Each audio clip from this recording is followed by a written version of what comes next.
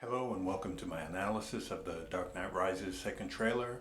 This will include some things I've picked up from other reviews, plus some thoughts of my own. So we open up here with a scene at a Gotham Rogues football game. Two things of note. Up here you see the Robin logo, at least the one used by Tim Drake in the comics.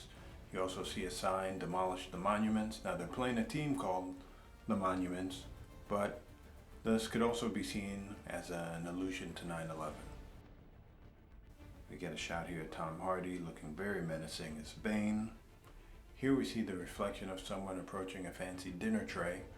I'm guessing this is Bruce Wayne, and you'll notice that he has a cane, so I'm wondering, is this a result of things which happened at the end of The Dark Knight? Is this from a fight with Bane? Is it from something else? Dark Knight Rises takes place 8 years after Batman took the fall for Harvey Dent, but it's not really clear how much time takes place during The Dark Knight Rises, and it's tricky trying to figure out what is the sequence of events of what we see in this trailer. And here we have Alfred and Bruce having what is basically a father-son moment, and we also see that Bruce doesn't have any gray hair, which is something I'll come back to. At least it looks like he doesn't.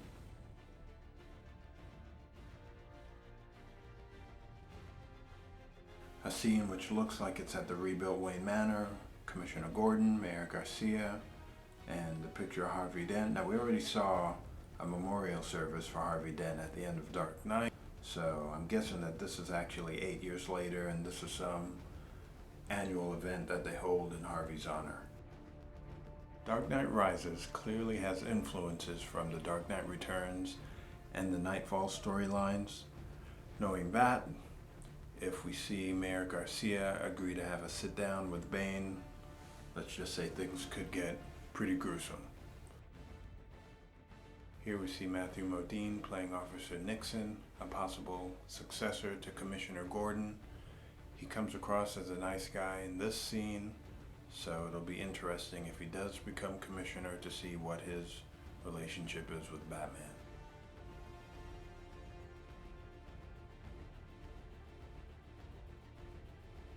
Bruce Wayne and Selina Kyle at a masquerade ball. You'll notice she's got these cat-like ears on.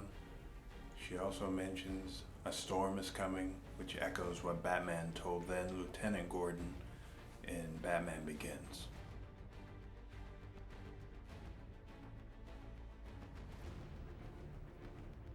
Selina preparing for the ball. You see the ears next to the mirror. You also see she's wearing a necklace, which looks similar to the one worn by Martha Wayne when she was shot, but it's not exactly the same. And now we see a scene of what I assume are Bane's followers ransacking an estate, and you see furniture and bodies flying down. The bodies reminded me a little bit of the people leaping from the towers on 9/11, so I don't know if that's just coincidence. You'll also notice that one of the people doing the throwing is a woman, and then you'll notice that one of the people being dragged and bounced down the stairs is also a woman. So Bane doesn't discriminate based on gender.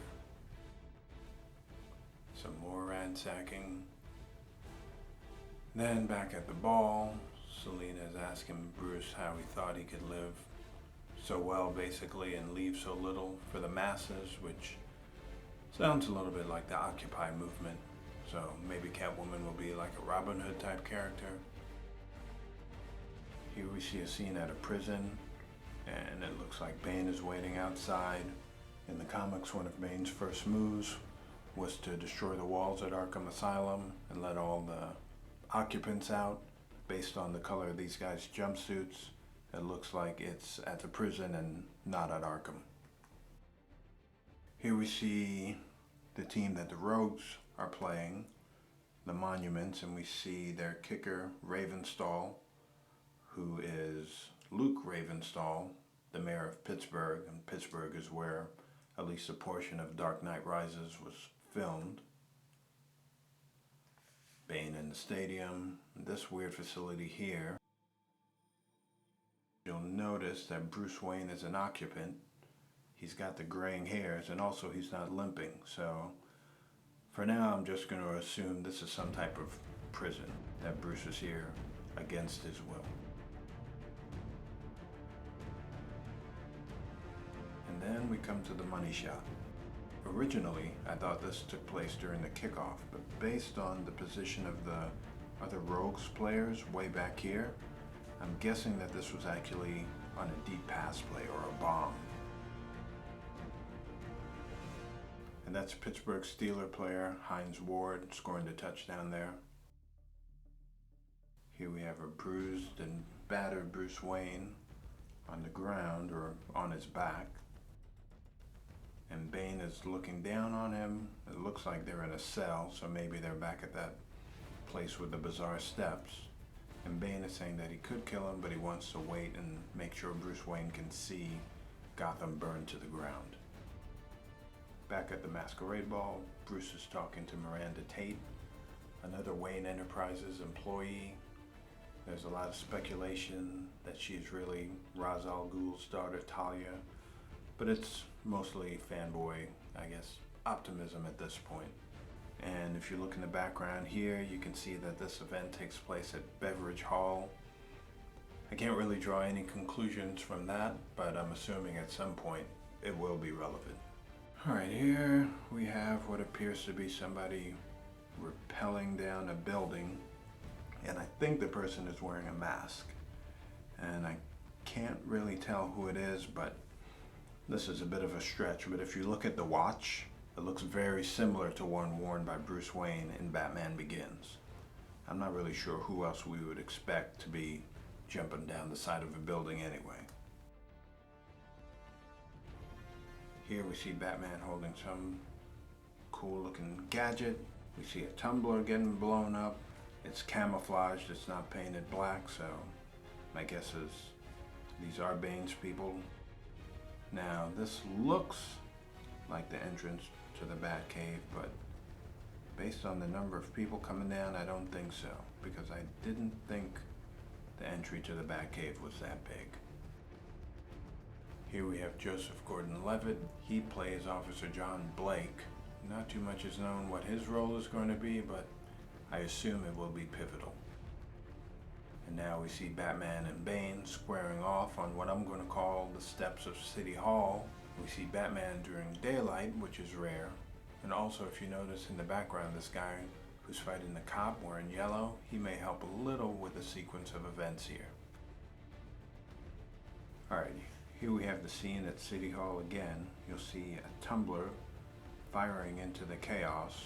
We'll see that guy in yellow there, but we don't see Bane or Batman anywhere. So my guess is that either Bane or Batman are in that tumbler, and whoever it is gets out, and then they end up fighting right in front of that spot.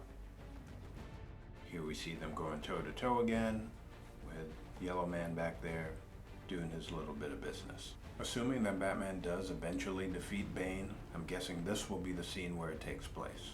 It seems logical that Batman would defeat Bane in a setting where all of Bane's followers and probably the world will be able to see it. Back to this entrance again, and we see somebody who is chained and falling, so I don't know if maybe they were thrown down or they jumped down. Maybe this is the entry to that prison and it's part of an escape. We'll have to wait and see. Here we actually see guys dropping into that facility, so maybe they're dropping people off. And the last shot is what looks like the Batwing with two tumblers visible, so it's unclear whether this is an escort or pursuit mission. And there you have it. So I look forward to next summer, to the conclusion, and learning whether any of my predictions turned out to be correct. Thanks for listening.